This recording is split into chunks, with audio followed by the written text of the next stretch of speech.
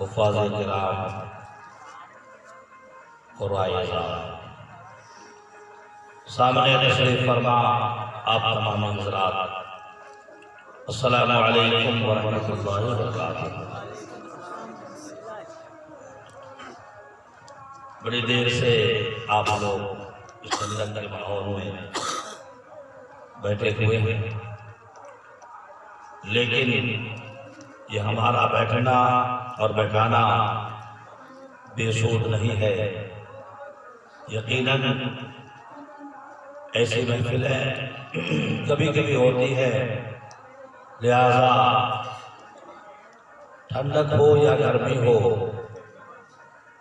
موسم کا منہ دیکھنا یہ دیوانوں کا کام نہیں۔ دیوانے اپنے دیوانگی میں مست رہتے ہیں اور اللہ اور اس کے رسول کی بڑائی بولتے ہیں۔ آج کے اس خوبصورت ماحول میں آپ لوگ سر شام سے مجھے امید ہے اس محفل میں تشریف فرما ہے۔ علماء حفاظ کرام اپنے تمام تر ذمہ داریوں کے ساتھ اسٹیج پر تشریف فرما ہے۔ میں کافی دور سے سفر کرتا ہوا مسلسل 7.5 گھنٹہ بھاگتا ہوا آپ کے درمیان پہنچا، اور میں بھی گرامی حضرت مولانا حافظ قاری محمد اصغر صاحب کی دعوت پر ان علماء کرام سے ملاقات کی محبت میں اور آپ سب سے روبرو ہونے کی جستجو میں آپ کے درمیان حاضر آیا، اس جشن غوث اعظم میں شرکت کرنے کے لیے۔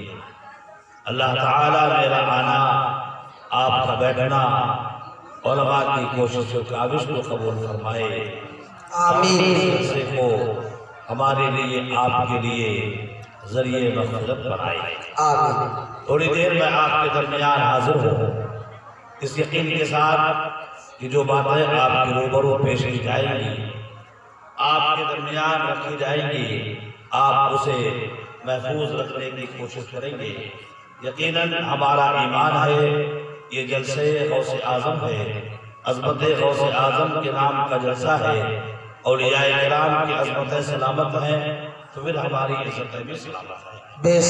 ایسے پرنور ماحول میں ہم اور آپ بیٹھے ہوئے ہیں۔ یاد رکھیں کسی محفل کی عظمت افراد کی قلت و کثرت کے اعتبار سے نہیں ہوتی ہے، بلکہ اخلاص پر مبنی وہ ساری چیزیں ہوتی ہیں۔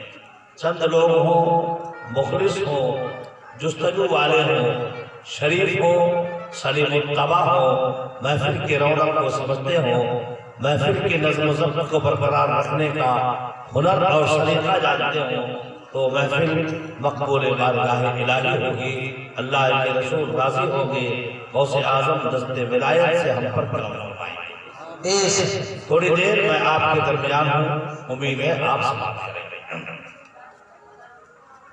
ان الحمد للہ تعالی والصلاة والسلام علی رسولہ الاعلی۔ الحمد للہ الحنان المنان، والصلاة والسلام على رسوله الإنس والجان، وعلى آله وأصحابه ذوي الفضل والإحسان، أما بعد، فقد قال الله تبارك وتعالى في كتابه العظيم وخطابه القديم، أعوذ بالله من الشيطان الرجيم، بسم الله الرحمن الرحيم، يا أيها الذين آمنوا اتقوا الله وكونوا مع الصادقين، صدق الله العظيم، وبلغنا رسوله النبي الأمين الكريم، ونحن على ذلك لمن الشاهدين والشاكرين، والحمد لله رب العالمين، آمين آمين، بجاه النبي الأمين الكريم۔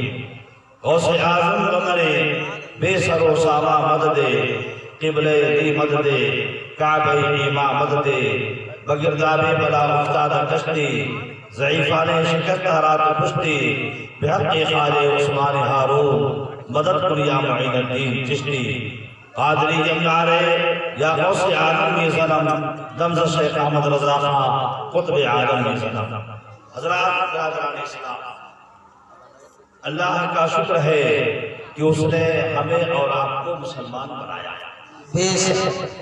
اور انسان بنا کر کے اپنے تمام مخلوقات میں ہمیں اچھا بنایا، خوبصورت بنایا، جیسا کہ قرآن خود کہتا ہے لَقَدْ خَلَقْنَا الْإِنسَانَ فِي أَحْسَنِ تَقْوِيمٍ۔ کرم ہے پروردگار عالم کا جس نے ہمیں اور آپ کو نبی اعظم صلی اللہ علیہ وسلم کی امت میں پیدا فرمایا اور ہمارے دلوں کو اپنے نبیوں کی محبت سے آراستہ فرمایا۔ غوث اعظم ہو یا خواجہ پاک ہو، سارے ولیوں کی محبتیں اللہ نے ہمارے دلوں میں موجزن فرمایا اور ان کی محبتوں کا چراغ اللہ نے ہمارے دلوں میں روشن فرمایا۔ وہ غوث اعظم جنہیں ہم محبوب سبحانی کہتے ہیں، جنہیں ہم غوث سمدانی کہتے ہیں، جنہیں ہم کبھی شہباز لامکانی کہتے ہیں، کبھی پیر لاسانی کہتے ہیں، کبھی پیر پیرا کہتے ہیں، کبھی شاہ جیلا کہتے ہیں، اور مصیبت کے وقت میں ہم کہتے ہیں اغثنا یا غوث المدد یا غوث اعظم دستگیر، ہماری دستگیری فرمائیے، ہم پر کرم فرمائیے، اپنے دست ولایت کو ہم پر واہ فرمائیے۔ گویا اللہ تبارک و تعالیٰ نے ہمارے دلوں میں غوث اعظم کی محبتوں کا چراغ جلایا ہے، اور یہ چراغ ہمارے دلوں میں انشاءاللہ قیامت تک جلتا رہے گا، کیونکہ چراغ جلایا ہے اللہ تبارک و تعالیٰ نے اپنے ولیوں کی محبت کا چراغ ہمارے دلوں میں، تو حفاظت کا سامان بریلوی کے امام عشق و محبت نے دیا۔ ایسی صورت میں ہم اور آپ یہ سمجھ سکتے ہیں کہ اللہ تبارک و تعالیٰ نے ایسے ولیوں کا سایہ ہمارے سروں پر رکھا ہے جن کا فرمان یہ ہے یدی علی مریدی کالسماء علی الارض، میرا ہاتھ میرے مریدوں پر ایسے ہی ہے جیسے کہ زمین پر آسمان ہے۔ اسی لیے مولا روم کہتے ہیں غوث اعظم درمیان اولیاء جو محمد درمیان انبیاء، غوث اعظم رضی اللہ تعالیٰ عنہ کی شان اولیاء کے درمیان ایسے ہی ہے جیسے کہ انبیاء کے درمیان ہمارے اور آپ کے نبی کے ذات۔ سبحان اللہ۔ آئیے سب سے پہلے میں کچھ آپ کے درمیان عرض کروں بلا کسی تمثیل و تمہید کے انتہائی محبت کے ساتھ معمولات اہل سنت کے مطابق آقائے کریم سید عالم نور مجسم پیغمبر اعظم آفتاب رسالت ماہتاب نبوت اللہ کے حبیب زخم خوردہ انسانیت کے طبیب معلم انسانیت آقائے نعمت رفیع الدرجت صلی اللہ علیہ وسلم کی بارگاہ مقدسہ میں، بارگاہ نبوت و رسالت میں درود و سلام کا نظرانہ پیش کریں اور پڑھیں۔ اللہم صلی محمد علیہ وسلم صلاة و سلام علیہ یا رسول اللہ صلی اللہ علیہ وسلم۔ آپ لوگ مبارکباد کے مستحق ہیں کہ اس جلسے میں آپ شرکت کر رہے ہیں، ورنہ اس ٹھنڈک کے ماحول میں اس سرد رات میں بندے کی طبیعت چاہتی ہے کہ آرام کرے، لیکن یہ جلسہ جو غوث اعظم کے نام کا ہے، آپ کے علاقے کے علماء حفاظ یہاں پر تشریف فرما ہے، یقیناً یہی جلسے ہمارے ایمان اور عقیدے کی سلامتی کا ضامن بنا کرتے ہیں۔ انہی جلسوں کے ذریعہ اللہ کی معرفت بندوں تک کرائی جاتی ہے، انہی جلسوں کے ذریعہ رسول اللہ کی نبوت و رسالت کی تعلیم بندوں تک پہنچائی جاتی ہے، انہی جلسوں کے ذریعہ اولیاء کرام کی محبتیں بندوں کے دلوں میں پیدا کی جاتی ہے۔ لہذا یہ جلسے ہمارے اور آپ کے ایمان اور عقیدے کی سلامتی کا ضامن ہوا کرتے ہیں۔ انہی جلسوں کے ذریعہ اولیاء کرام کی محبت محبتیں دلوں میں پیدا کرنے کا سامان تیار کیا جاتا ہے۔ لہٰذا یہ جلسے معمولی نہیں ہے، ایسے جلسے غوث اعظم رضی اللہ تعالیٰ عنہ کے زمانے میں بھی ہوا کرتے تھے۔ یہ اور بات ہے، افراد کی قلت و کثرت ہوا کرتی تھی، علماء ہوا کرتے تھے، صوفیہ ہوا کرتے تھے، مشائخ ہوا کرتے تھے، اولیاء اللہ ہوا کرتے تھے۔ اس زمانے میں جب غوث اعظم دستگیر بولا کرتے تھے تو اولیاء کی جماعت اسٹیج پر ہوتی تھی اور بیٹھنے والوں میں ہزاروں فصاق و فصاق ہوا کرتے تھے، لیکن جب غوث اعظم کا خطاب کمپلیٹ ہوتا، مکمل ہوتا تو ہر جلسے میں سینکڑوں لوگ یہ پڑھ کر کے حلقہ بگوش اسلام ہوتے، دامن رسالت سے وابستہ ہوتے۔ سبحان اللہ۔ اور بتانے کا مقصد یہ ہے مسلمانوں، یہی جلسے ہمارے اور آپ کے لیے کامیابی اور کامرانی کا سامان بنا کرتے ہیں۔ سبحان اللہ صلی اللہ تعالی علیہ وآلہ وسلم۔ بات کو سمجھ میں آ رہی ہے؟ سمجھ رہے ہیں؟ نہ سمجھ میں آئے تو انداز بدل دو۔ الحمدللہ ابھی تھوڑی دیر میں ماحول بدل جائے گا، لیکن آپ کو ساتھ دینا پڑے گا، آپ کو نبھانا پڑے گا۔ ایسے تھوڑی نا اللہ کی رحمت ملتی ہے، رسول اللہ کی برکت ملتی ہے، نامی بغیر مشقت کوئی نہیں ہوا۔ جب مشقت بندہ کرتا ہے، مصیبتوں کے راستے پر چلتا ہے، تاریخی رات میں چلتے چلتے جب قدم ساتھ دیتے ہیں تب اس کو صبح کا اجالا نصیب ہوتا ہے۔ سبحان اللہ۔ اس لیے آؤ ذرا دیکھیں تاریخی نقطۂ نظر سے اللہ نے ہمیں پیدا کیا، ہماری ہدایت کے لیے نبیوں کی جماعت کو بھیجا، انبیاء کرام تشریف لائے، انہوں نے اپنے اپنے دور میں، اپنے اپنے علاقے میں، اپنے اپنے دور نبوت میں سب نے بندگان خدا کو اللہ کی معرفت کا سامان پیش کیا، بندوں کی اصلاح کیا۔ کوئی نبی ایک علاقے کے لیے، کوئی نبی ایک ضلع کے لیے، کوئی نبی ایک قصبہ کے لیے، حتیٰ کہ ایک دور ایسا بھی گزرا ہے، ایک زمانے میں ایک علاقے میں کئی نبی ہوا کرتے تھے۔ اللہ نے پہلے انبیاء کی جماعت کو بھیجا، بعد میں جب انبیاء کرام کا یہ سلسلہ کمپلیٹ ہوا اور ہمارے اولاد کے نبی صلی اللہ علیہ وسلم تشریف لائے، حضور نے اپنے کام کے ذریعہ، اخلاق حسنہ کے ذریعہ، اخلاق کریمانہ کے ذریعہ جب اسلام کو کمپلیٹ بندوں کو دے دیا، قرآن حکیم کے 30 پارے 114 سورتیں بندوں کو رسول اللہ پاک نے عطا کر دیا۔ اب اللہ تبارک و تعالیٰ نے ہمارے نبی کو واپس بلایا۔ اب حضور کے بعد صحابہ کی جماعت ہوتی ہے۔ صحابہ کی جماعت یہ کون سی جماعت ہے مسلمان؟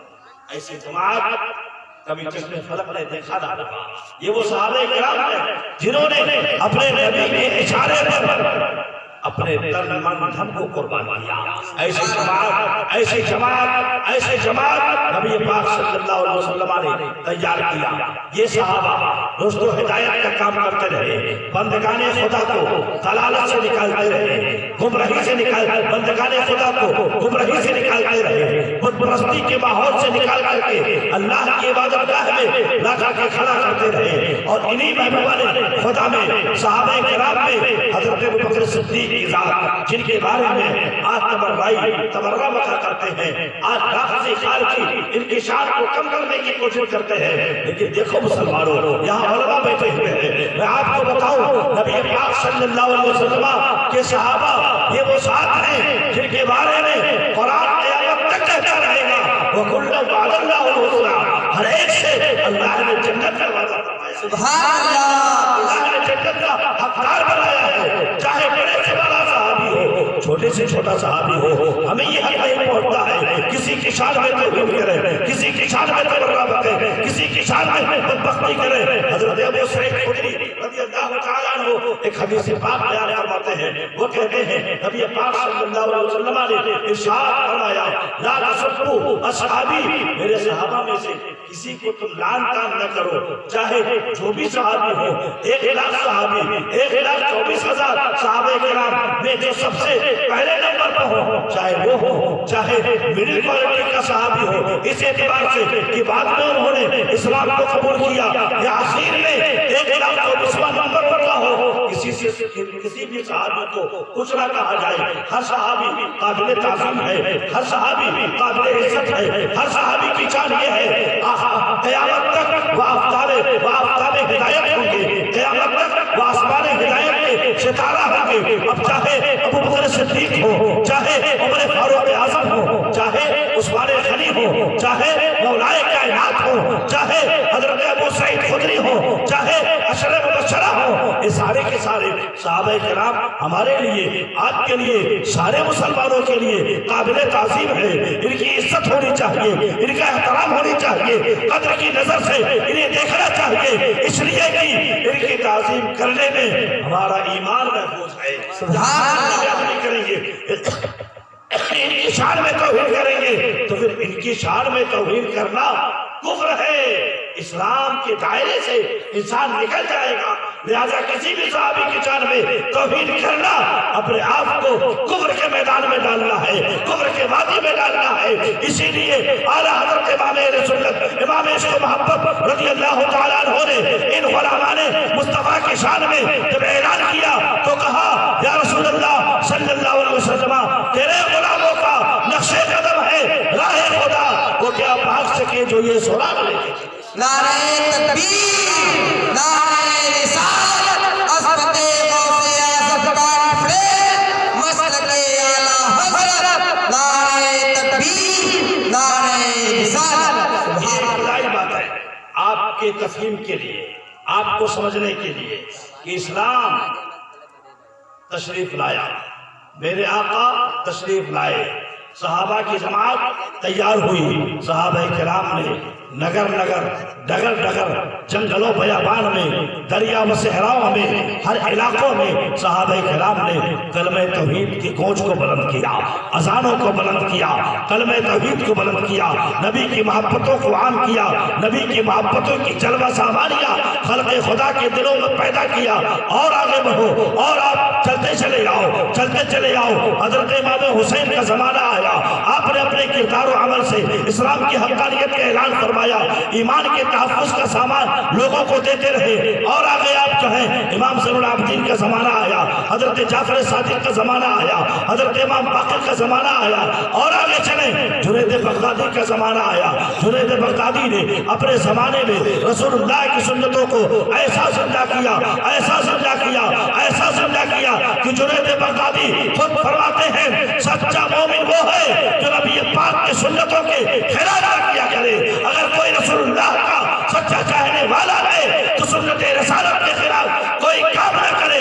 جنید بغدادی کہتے ہیں شادی ہوگی بیاہ ہو، منگنی ہوگی، آپ کے یہاں خوشی کا ماحول ہو، ان تمام صورتوں میں ضرورت ہے نبی پاک کے چاہنے والوں کی کہ نبی کی سنت کو عام کریں اور نبی پاک کی تعلیمات کو بندوں کے درمیان عام اور تام کر کے سنت رسول اللہ کو ہر دور میں زندہ کرنے کی کوشش کریں۔ اور آگے آپ چلیں غوث اعظم رضی اللہ تعالیٰ عنہ جن کی پیدائش 470 ہجری میں ہوئی، سبحان اللہ، سبحان اللہ۔ یہ ہے باپ بھی ولی ہے، ماں بھی ولیہ ہے، نانا بھی ولی ہے، پھوپھی جان بھی ولیہ ہے، اور جتنے ازواج ہیں سب ولیہ۔ کتنی بیویاں؟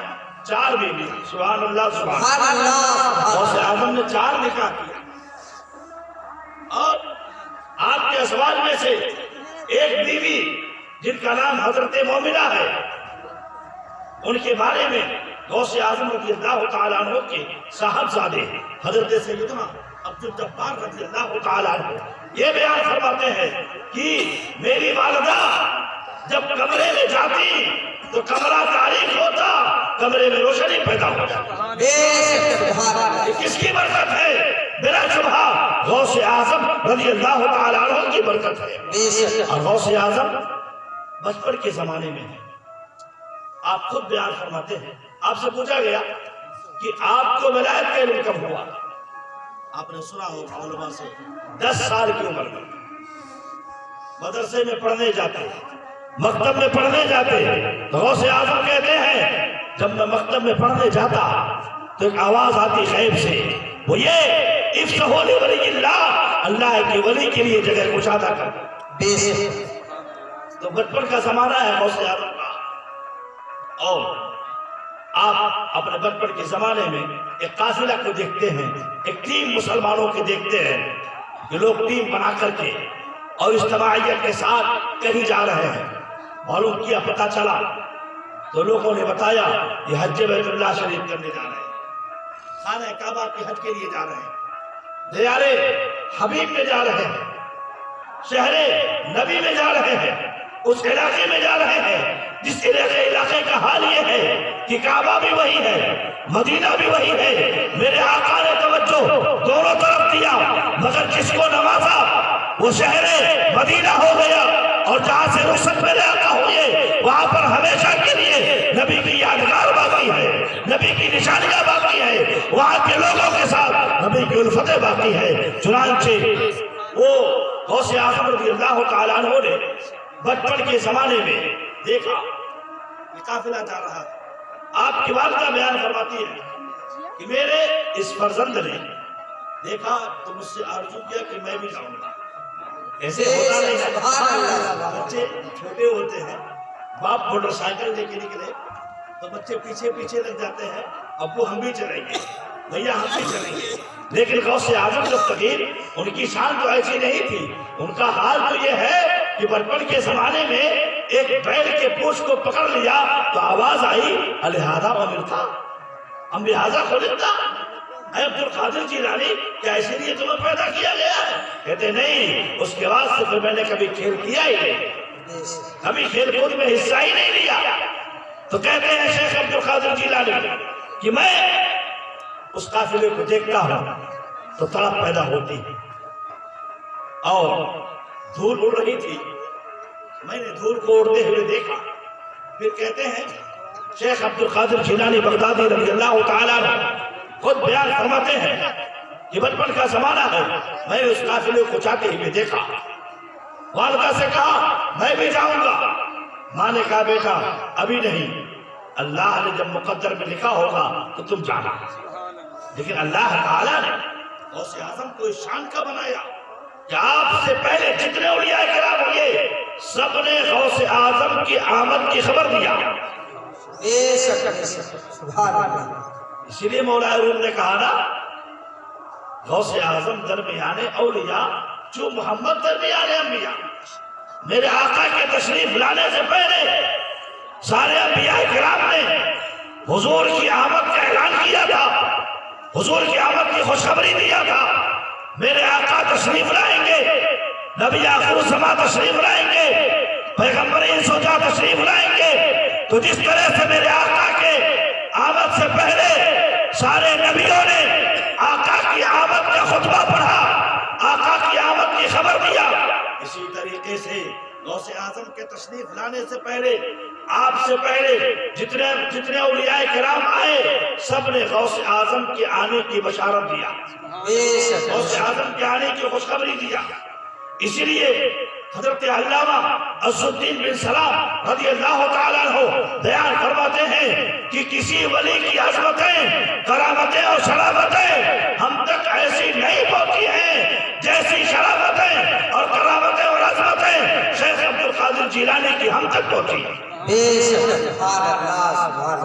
اسی لیے فرماتے ہیں نسبی شرافت الگ مقام رکھتی ہے، علمی وجاہت الگ مقام رکھتی ہے، لیکن غوث اعظم رضی اللہ تعالیٰ عنہ کی جانیے آپ کے پاس نسبی شرافت بھی ہے، علمی وجاہت بھی ہے، خاندانی عظمت بھی ہے، ولایت کا تاج بھی ہے، اور اپنا خود محنت شاقہ کا دبدبہ بھی ہے۔ پیدا ہوئے ولی تھے، اس کے بعد آپ نے محنت نہیں کیا، اتنی محنت غوث اعظم نے کیا اگر ہم کر دیں تو ہم بھی بری ہو جائیں، بے شک حق ہے، بے ہم بھی شک بری ہو جائیں۔ غوث اعظم رضی اللہ تعالیٰ عنہ کہتے ہیں بچپن کے زمانے میں قافلے کو جاتے ہوئے دیکھا، میں نے اپنے ماں سے کہا امی میں بھی جاؤں گا، ماں نے روکا، لیکن اللہ تبارک و تعالیٰ جو اپنے بندوں پر کرم فرماتا ہے، مہربانی فرماتا ہے، غوث اعظم خود فرماتے ہیں اللہ نے مجھے وہ عظمتیں دیا ہے جن عظمتوں کی بنیاد پر شمال و غروب جنوب میں شرق و غرب میں میرے جھنڈے گاڑے گئے ہیں اور آسمانوں میں فرشتے میرے عظمتوں کے شادیانے بجاتے ہیں۔ بے شک بے شک بے شک۔ آسمانوں میں فرشتے غوث اعظم کی عظمتوں کے شادیانے بجاتے ہیں۔ گویا اے غوث اعظم آپ کی شان یہ ہے، آپ کا حال یہ ہے کہ تجھے تیرے جب سے انہیں ان کے رب سے علم جلی و خفی غوث اعظم بے شک رحمت اللہ علیہ بیان فرماتے ہیں نہ مانگوں میں تم سے تو پھر کس سے مانگوں، بے شک نہ مانگوں میں تم سے تو پھر کس سے مانگوں، کہاں اور بھی ہے چلی غوث اعظم، سبحان اللہ میرے دل کی گلی غوث اعظم، مٹا قلب کی بے گلی غوث اعظم۔ سبحان اللہ۔ اور حضرت غوث اعظم فرماتے ہیں جب میں نے والدہ سے اظہار کیا جانے کا تو والدہ نے کہا بیٹا رکو، خود حضرت شیخ عبدالقادر جیلانی بغدادی بیان فرماتے ہیں کہ میرے آنکھوں میں دھول بھر گئے، میں نے آنکھوں کو مسلا، اور جب مسلا اور اس کے بعد جب آنکھوں کو کھولا رب نے کرم فرمایا، مہربانی فرمایا، خانہ کعبہ میرے سامنے تھا، سبحان اللہ میرے سامنے تھا۔ امام اہل سنت، امام عشق و محبت، امام محمد رضا خان بازل بریلوی کی نظر جب اس پر پڑتی ہے آپ بیان فرماتے ہیں سارے اختاب جہاں کرتے ہیں کعبے کا طواف، کعبہ کرتا ہے طواف درے والا۔ نعرہ تکبیر، نعرہ رسالت، کرامت غوث اعظم، عظمت غوث اعظم، مسلک اعلیٰ حضرت علماء اہل سنت، نعرہ تکبیر، نعرہ رسالت، سبحان اللہ۔ اور غوث اعظم رضی اللہ تعالیٰ عنہ کی عظمتیں ہم پر اتنا واضح کیسے ہوئی، کیسے ہم نے جانا کہ غوث اعظم کا درجہ اتنا بلند و بالا ہے، ہمیں کیسے معلوم پڑا؟ اعلیٰ حضرت امام اہل سنت امام عشق و محبت کا احسان ہے، بے شک خانوادے بریلی شریف کا احسان ہے، انہوں نے بزرگان دین کی عظمتیں ہمارے دلوں میں پیدا کیا۔ غوث اعظم کے بارے میں اس زمانے میں آج سے 100 سال پہلے جب کسی نے آپ کے نسب پر نقطہ چینی کرنے کی کوشش کیا تھا، اعلیٰ حضرت امام محمد رضا کے زمانے میں جب کسی نے غوث اعظم کے نسب پر گفتگو کرنے کی کوشش کیا تھا، اس وقت کے امام محمد رضا نے اعلان کیا تھا کہ سنو میں نے شہنشاہ بغداد کی شان میں جو لکھنا تھا وہ تو لکھ دیا، لیکن حرف اخیر کے طور پر سن لو تو حسینی عصری کی اولاد معین بھی ہو، اے خضر مجمع بحرین ہے دریا تیرا۔ سبحان اللہ۔ اللہ نے غوث اعظم کو حسینی سید بھی بنایا اور حسنی سید بھی بنایا۔ سبحان اللہ۔ اور خود فرماتے ہیں حضرت محمد کاکیز رحمت اللہ علیہ، بات نہیں سمجھ رہا؟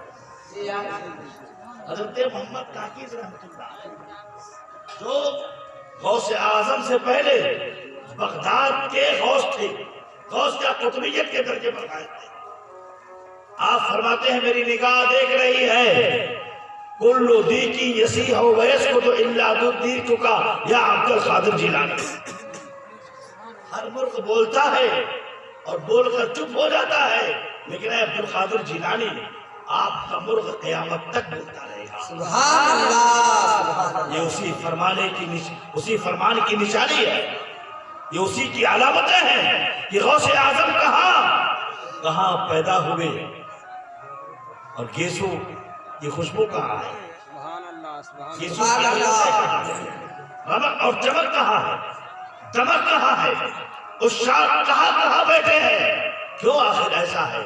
اس کی وجہ یہی ہے اللہ تبارک و تعالیٰ نے وعدہ فرمایا ہے جو بندہ میرا ہوتا ہے میں اس کے نام کو مٹنے نہیں دیتا، اس کے نشان کو مٹنے نہیں دیتا، بے نشانوں کا نشان مٹتا نہیں، مٹتے مٹتے نام ہو جائے گا۔ سبحان اللہ حضرت غوث اعظم دستگیر رضی اللہ تعالیٰ عنہ اس پائے کے بزرگ ہیں کہ آپ کے زمانے میں حضرت سیدنا ابو الوفا محمد کاکیز رحمۃ اللہ علیہ، ابھی آپ کو اس جلسہ گاہ میں حضرت مولانا اصغر صاحب نکال دیں، آپ دوبارہ لوٹ کے آؤ گے؟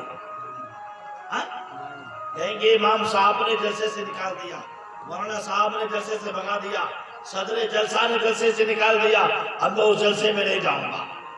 لیکن جب بندہ صبر کرتا ہے، صابر و شاکر ہوتا ہے، مستقل مزاج ہوتا ہے، تحمل کرتا ہے، بردباری کرتا ہے، ایک دوسرے کی عزت کرتا ہے، ایک دوسرے کی قدر کرتا ہے، علم کو سیکھنا چاہتا ہے، علم کے مقام اور مرتبے کو جاننا چاہتا ہے، بزرگوں کی زبان سے اللہ اس کے رسول کی باتیں سننا چاہتا ہے، تو پھر اس کے اندر سے تکبر کا خاتمہ ہو جاتا ہے، بڑکپن کا خاتمہ ہو جاتا ہے، اس کے اندر سے ان سارے چیزوں کا خاتمہ ہو جاتا ہے جس کی بنیاد پر ایمان کمپلیٹ نہیں ہوتا، بندہ متواضع ہوتا ہے، بندہ منکسر مزاج ہوتا ہے، بندہ تواضع کرتا ہے، بندہ انکساری کرتا ہے، بندہ خلق خدا پر رحم کرتا ہے، بندہ کیوں کوئی غلطی کرتا ہے تو بندہ اس کو معاف کر دیا کرتا ہے۔ حضرت شیخ عبد القادر جیلانی بغدادی کو اس جلسہ گاہ سے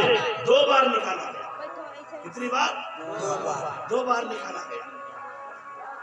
اور جب نکالا گیا، ایک بار نکالا گیا پھر آ کے بیٹھ گئے، دوبارہ نکالا گیا پھر آ کے بیٹھ گئے، پھر کہا نکالو اس نوجوان کو اس جلسہ گاہ سے، اس میدان سے باہر کرو اس نوجوان کو۔ شیخ عبد القادر جیلانی بغدادی جن کی شان یہ ہے ہم کو بننا ہے نشان راہ منزل دو، سبحان اللہ بڑھے کتنے کارواں ہو جائیں گے۔ غوث اعظم کو نشان منزل بننا تھا، غوث اعظم کو راہ منزل بننا تھا، غوث اعظم کو قیامت تک کے ولیوں کا مقتدا بننا تھا، قیامت تک کے ولیوں کا پیشوا بننا تھا، قیامت تک کے ولیوں کے سرکردار بننا تھا۔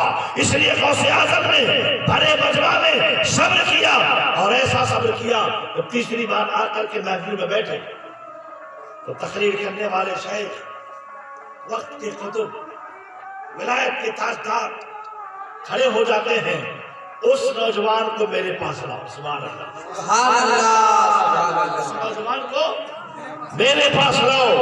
لایا گیا، حضرت ابو الوفا تاج العارفین محمد کاکیز رحمۃ اللہ علیہ نے خطاب کرنا چھوڑ دیا، حضرت غوث اعظم کو سینے سے لگایا، پیشانی کو چوما، جیب سے تسبیح کو نکال کر کے دیا، جھولے سے جبہ نکال کر کے پہنایا، اپنا رومال امامے کے طور پر سر پہ باندھا، کہا بیٹا عبد القادر یہ نہ سمجھو کہ میں تمہیں رسوا کر رہا تھا، میں لوگوں کے درمیان تمہاری پہچان کروا رہا تھا کہ جو وقت کا غوث ہوگا وہ صابر و شاکر ہوگا، اس پر ظلم کیا جائے گا تبھی وہ صبر کر کے دکھائے گا۔ سبحان اللہ بے شک۔ چنانچہ حضرت غوث اعظم رضی اللہ تعالیٰ عنہ سے اس وقت تاج العارفین کہتے ہیں بیٹا عبد القادر میری نگاہ دیکھ رہی ہے، یہی بغداد کا بازار ہے، یہی در و دیوار ہے، یہی علاقے ہیں، اور رات کا یہی سما ہوگا، رات کا یہی ماحول ہوگا، خلق خدا کا جمع غفیر ہوگا، لوگ بیٹھے ہوں گے اور لوگ ایسے عالم میں تیرا خطاب ہوگا، اے بیٹا عبد القادر غوثیت کا لباس تجھے پہنایا جائے گا، اور جب تو اپنے غوثیت کے جاہو جلال میں ہونا تو مجھے فراموش نہ کرنا، میری پکی ہوئی داڑھی کو یاد رکھنا۔ سبحان اللہ اس نے کہا حضرت تاج العارفین محمد کاکیز رحمۃ اللہ علیہ، جن کی شان جانتے ہیں کیا ہے؟ معلوم ہے ان کی شان کیا ہے؟ تاج العارفین کی شان جانتے ہیں کیا ہے؟ بغداد کے 17 بادشاہ ان کے مرید تھے۔ سبحان اللہ سبحان اللہ ایک دو بادشاہ نہیں، 17 بادشاہ۔ ایک فیکٹری کا مالک مل جائے تو بیڑا پار ایسا، پیسے والا سیٹ مل گیا ہے، اب ٹینشن فری زندگی گزارنا ہے، کوئی پرابلم نہیں ہے، نہ تو منی پرابلم ہے، نہ تو نیچر کا پرابلم ہے، نہ تو مال کی پریشانی ہے، نہ سورس اور کسی انفلوئنس کی پریشانی ہے، ایک شیر مل گیا۔ لیکن مجھے بتاؤ، جس کے جھنڈے کے نیچے، جس کے چھتری کے نیچے، جس کے جھنڈے ولایت کے نیچے 17 بادشاہ بغداد کے ہاتھ باندھے چلتے ہیں، ہاتھ باندھے چلتے ہو، وہ وقت کا قطب، وقت کا ولیوں کا امام تاج العارفین محمد کاشیز کہتے ہیں، سنو عبد القادر، میری نگاہ دیکھ رہی ہے، اسی جگہ سے تم اعلان کرو گے تمہارا قدم ولیوں کی گردن پر ہے، تو زمین پر جو جہاں ہوگا اپنے سر کو جھکا دے گا۔ سبحان اللہ، سبحان اللہ، سبحان اللہ۔ یہ شان اللہ نے میرے غوث کو دیا، غوث سمدانی، قطب ربانی، شہباز لامکانی، سیدنا مرشدنا عبد القادر جیلانی بغدادی، جن کی شان یہ ہے آپ کا خاندان ولایت کی کان ہے۔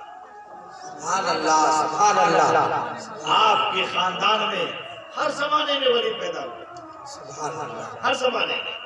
اور آج یہ سلسلہ قادریہ کس چیز کا نعرہ ہے؟ غوث اعظم رضی اللہ تعالیٰ نے کا سلسلہ یہ ہے، اور اعلیٰ حضرت امام اہل سنت نے آخر دعا کیوں کیا؟ قادری کر، قادری رہ، قادریوں میں اٹھا، قدر عبد القادر قدرت رما کے بعد۔ سبحان اللہ، سبحان اللہ، سبحان اللہ۔ عقیدت ہی تو ہے، یہ محبت ہی تو ہے۔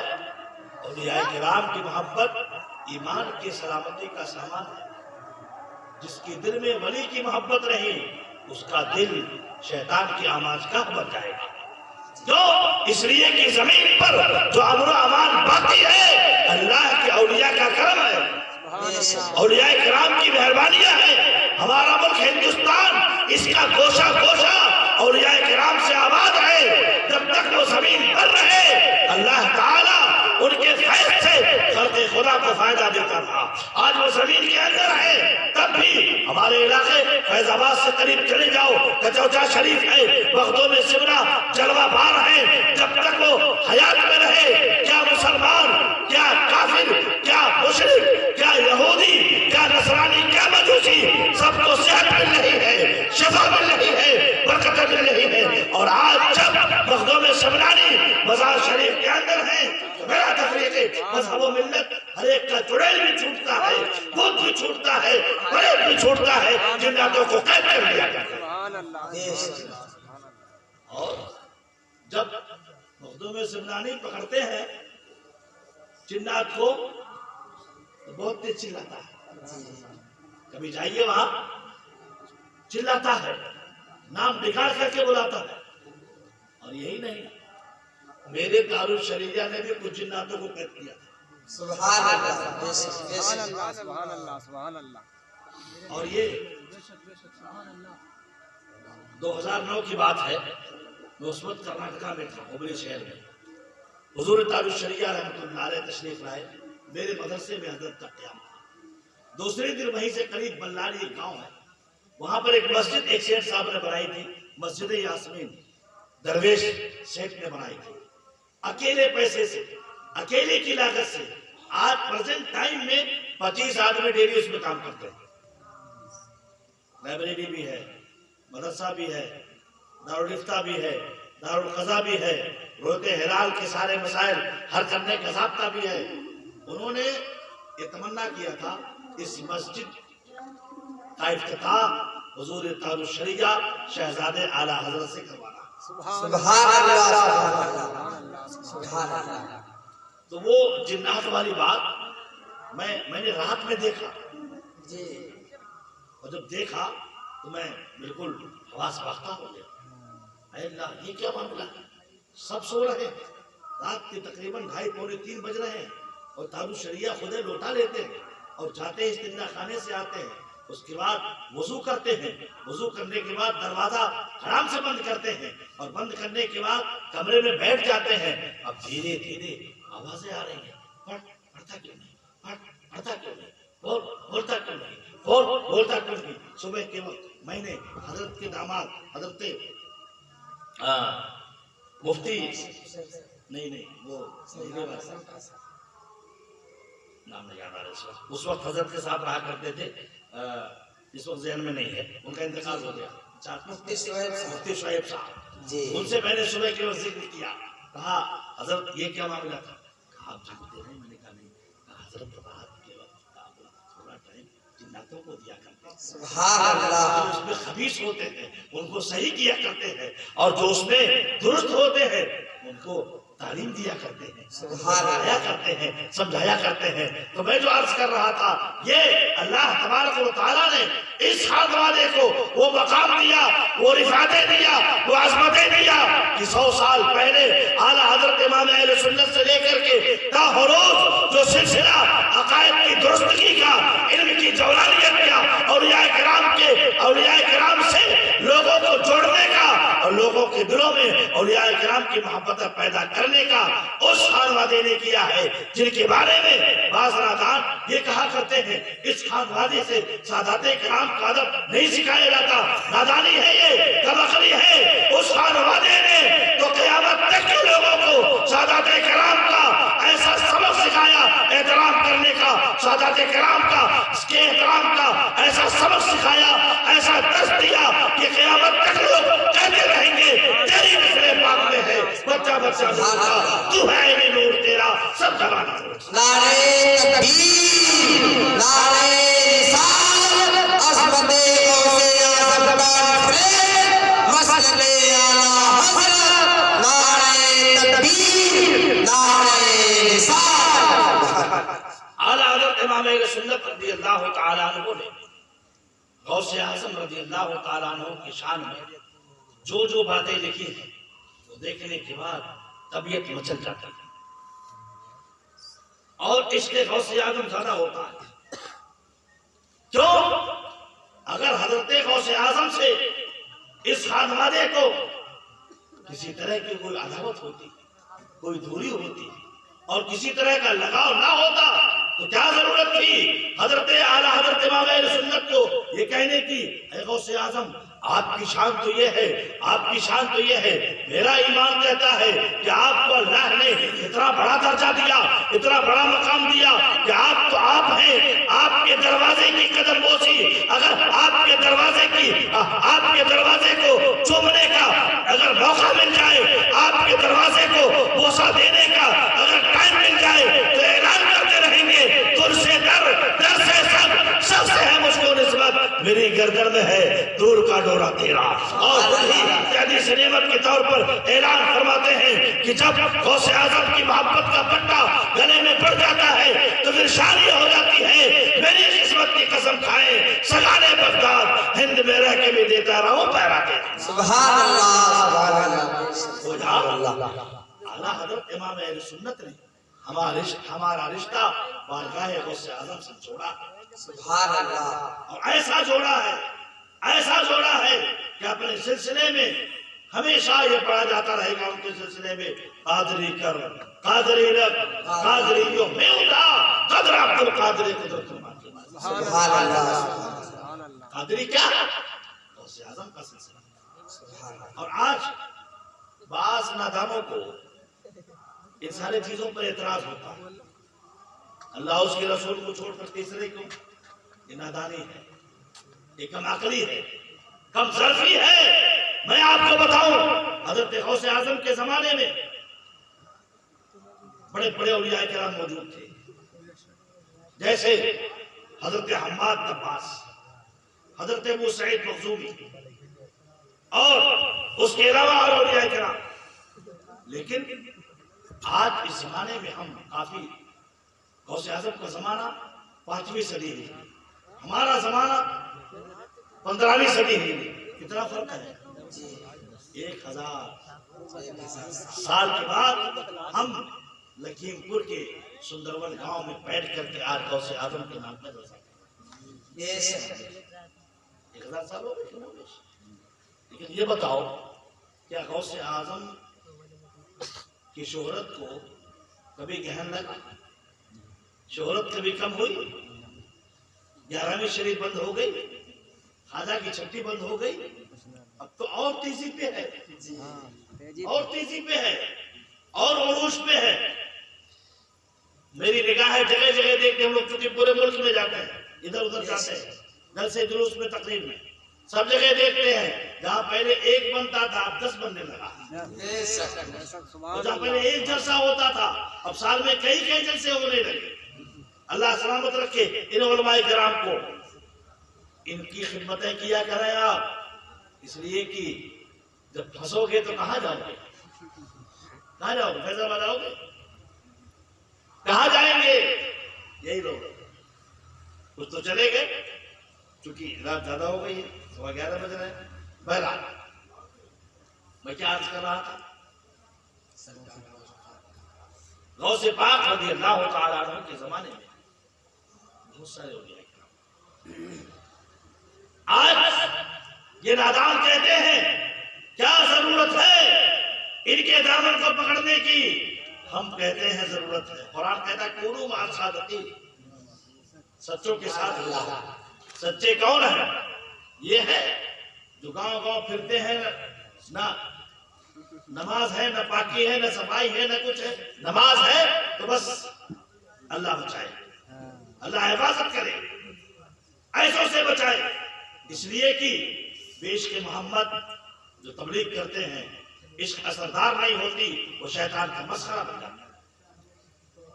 تو غوث اعظم رضی اللہ تعالیٰ عنہ کے زمانے میں اولیاء کرام، آج آپ تصور کریں میں آپ کو بارگاہ غوثیت میں لے چل رہا ہوں، بارگاہ غوثیت میں، اور آپ عالم تصور میں حضرت غوث اعظم سے سوال کریں، آپ اتنے بڑے ولی کہ آسمانوں میں فرشتے آپ کا چرچا کریں، سبحان اللہ، سبحان اللہ، سبحان اللہ، آسمانوں میں فرشتے آپ کا چرچا کریں، اور غوث اعظم جب اللہ کی بارگاہ میں جاتے تو عام ولیوں کے راستے سے نہیں جاتے، رازداروں کے راستے سے جاتے۔ کیسے؟ سن لیجیے واقعہ تو بات بتائیں۔ حضرت غوث اعظم کے زمانے میں ایک ولی تھے جن کا نام حضرت عبد الرحمن تفسونجی رحمۃ اللہ علیہ۔ انہوں نے کیا کہا معلوم ہے؟ بات نہ کرو، بات کو سنو۔ اے بچے موبائل بند کرو، یہ سب بند کر، ادھر سنیے، بات کو سنیے، میں بول رہا ہوں سنیے۔ غوث اعظم کے زمانے میں ایک اور بزرگ تھے جن کا نام عبد الرحمن تفسونجی تھا، اور ایک بزرگ تھے جن کا نام حضرت شیخ محمد مغربی تھا۔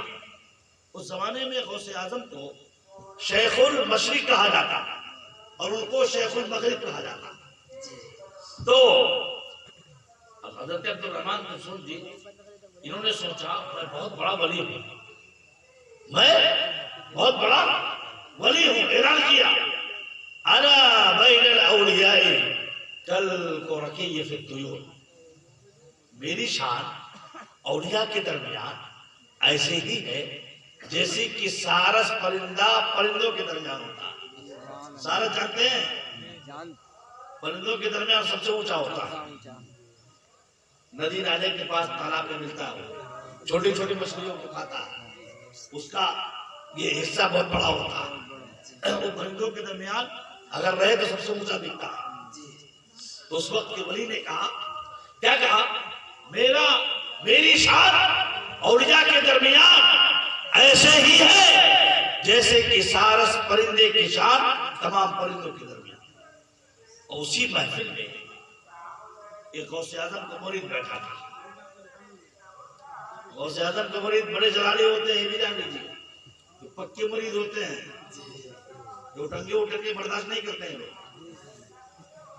سمجھ رہے ہیں؟ ہاں، کیوں نہیں برداشت کرتے ہیں؟ اس لیے کہ ایک میان میں دو تلوار ہوتی ہے، نہیں ہوتی ہے نا، نہیں ہوتی ہے نا۔ تو ایک مرید بیٹھا تھا، جیسے سنا اس نے کہ یہ اتنی بڑی بات کہہ رہے، گویا میرے پیر غوث اعظم کی شان کو یہ کم کر رہے، کمبل اوڑھے ہوئے تھے، ایسے کمبل اوڑھے ہوئے تھے جیسے آپ اوڑھے ہوئے۔ جب سنا کہ میرے شیخ کے بارے میں ایسا بول رہے، کمبل نکال کے پھینک دیا، دیکھا، جوش میں آ گئے، پسینہ پسینہ ہو گئے۔ چپ رہیے آپ. کیوں؟ آپ کا درجہ میرے پیر سے بڑا ہو جائے گا. جن کی شان یہ ہے قیامت تک ولایت چمکے گی ان کی. سبحان اللہ. بے شک. قیامت تک ان کے ولایت کا آفتاب چمکتا دمکتا رہے گا. اور غوث اعظم کا فرمان ہے، سنو لوگوں، جہاں جہاں میرے چاہنے والے ہیں میرا ہاتھ ان کے سر پہ ہے. سبحان اللہ. سبحان اللہ. سبحان اللہ. سبحان اللہ. اور یہ بھی فرمایا یہ سورج جو روزانہ نکلتا ہے جب تک مجھ سے اجازت نہیں لے لیتا نہیں نکلتا ہے. ذرا بتاؤ آپ، اللہ نے کتنی قوت دے رکھی ہے، کتنی طاقت غوث اعظم کو دے رکھی ہے. سورج اللہ کا، زمین اللہ کی، آسمان اللہ کا، ہوائیں اللہ کی، کائنات رب کی، مگر کائنات میں اللہ نے اپنے بندوں کو انٹرفیئر کرنے کا، مداخلت کرنے کا پورا ادھیکار دے رکھا ہے. سبحان اللہ. سبحان اللہ. سبحان اللہ. پوری قوت دے رکھا ہے. غوث اعظم کہتے ہیں یہ سورج جو روزانہ نکلتا ہے جب تک بارگاہ غوثیت کا دروازہ کھٹکھٹا نہیں لیتا یہ باہر نہیں آتا ہے. سبحان اللہ. سبحان اللہ. اور جب ڈوبنے کی باری آتی ہے تو کہتا ہے میں چلا جاؤں. جب میں کہہ دیتا ہوں چلا جا تب وہ ڈوب جاتا ہے.